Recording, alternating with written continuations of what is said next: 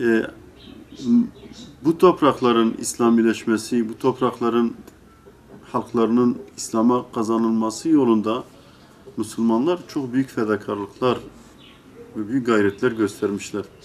Şimdi halkı Müslüman olan ve bu uğurda çok büyük fedakarlıklar ataları tarafından gösterilmiş bu Müslüman halkın bugün başörtüsünün serbest bırakılmış olması çok büyük bir acıdır yani. Yani nasıl yasak edildiği, yani bunca yıl bir Allah'ın emrettiği bir helaline, yani %100 ya da %90 halkı İslam olan bu topraklarda nasıl yasak getirildiği üzerine konuşmak gerekiyor yani. Çok acı bir olaydır. Bu aslında halkı Müslüman olan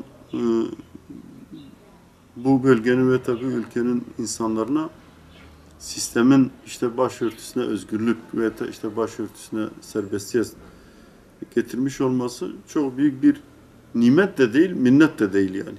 Malumunuz birkaç sene önceye kadar da çoluk çocuğumuzu, yani daha doğrusu kız çocuklarımızı okula gönderirken örtülerinden dolayı, yani hicaplarından dolayı onları okula isteksiz gönderiyorduk.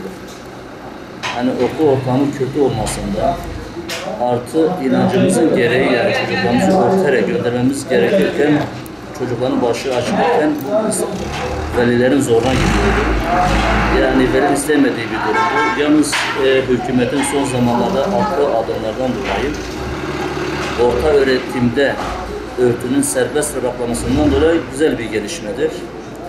Ve geç kalmış bir adımdır aslında. Yani halkı %99 Müslüman olan bir ülkede hala yani başörtüsüyle uğraşılması kabul edilmeyecek bir durumdur.